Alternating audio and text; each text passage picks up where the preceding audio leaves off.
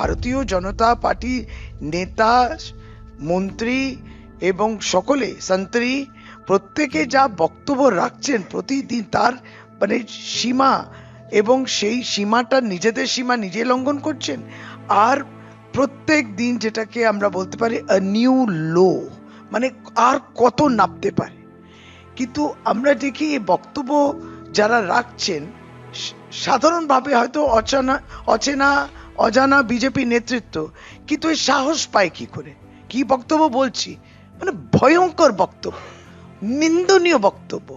কিন্তু যে বক্তব্য তারা রাখছেন, এই সাহসটা আসে তখনই যখন তারা তাদের নেতৃত্ব যারা রয়েছেন তাদেরকে দেখেন যে হ্যাঁ তারা তো বলছেন, তাহলে আমি বলতে পারি না কেন? ফলে 2021 বিধানসভা নির্বাচনে আমরা যদি দিদি দেখতে পারি এইরকম টোন করে প্রধানমন্ত্রী মমতা বন্দ্যোপাধ্যায়কে যদি বলতে পারেন, আর বর্তমান কালেতে এখন অমিত শাহ স্বরাষ্ট্রমন্ত্রী আসছেন, একটা শোভনীয় বিষয়টা থাকে, একটা রাজনৈতিক সৌজন্য একটা থাকে। তিনি দিদিকে মমতা বলে ডাকছেন, কোনো বাধা নিষেধ নেই। এটা যে কতটা সৌজন্যের অভাব, নিজেদের কালচারের অভাব, সেটা তো দেখাই যাচ্ছে। তারপরে যদি আমরা দেখি ভারতীয় জনতা পার্টির কোন একজন নেতৃত্ব কিংবা সেই কর্মী যাই হোক, এখন মুখ্যমন্ত্রী নয়, মমতা বন্দ্যোপাধ্যায় একজন মহিলা, তাকে বলছেন যে তার উপরে যদি আমরা তাকে ধর্ষণ করতে হবে। আমরা কোথায় গিয়ে দাঁড়াচ্ছি বলুন তো? এইগুলো বাংলার মাটিতে চলতে পারে? এটা ভারতবর্ষের মাটিতেও চলতে পারে না। ভারতীয় জনতা পার্টির দৈন্যতা আমরা বলছিলাম রাজনৈতিকভাবে, কিন্তু কালচারের অভাবটা এই জায়গায় যদি পৌঁছয়, তাহলে এটা তো বাংলার জন্যে, এই সমাজের জন্যে, মহিলাদের জন্যে, এই একটা সোসাইটির জন্যে, ভারতবর্ষের জন্যে অত্যন্ত ভয়ঙ্কর একটা জায়গা। এরা বলবে নারী সুরক্ষা, নারী শক্তি, এই সমস্ত বিষয়। চিন্তা করুন এটা কোথায় গিয়ে থামবে?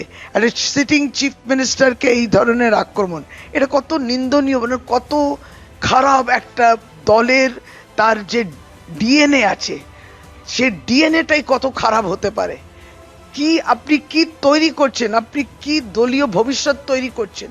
একটা দল তো তার ভবিষ্যতের কথা ভাববে। তার দলের ভবিষ্যৎটা কি? তার দলের অভ্যন্তরীণ যারা মহিলা সদস্যরা রয়েছেন তারা বা কতটা নিরাপদ? তার মানে তাদেরকে এইভাবে তারা আক্রমণ করে। মানে এই সঙ্গে কতগুলো যুক্ত হয় পুরো ইকোসিস্টেম ভারতীয় জনতা পার্টি।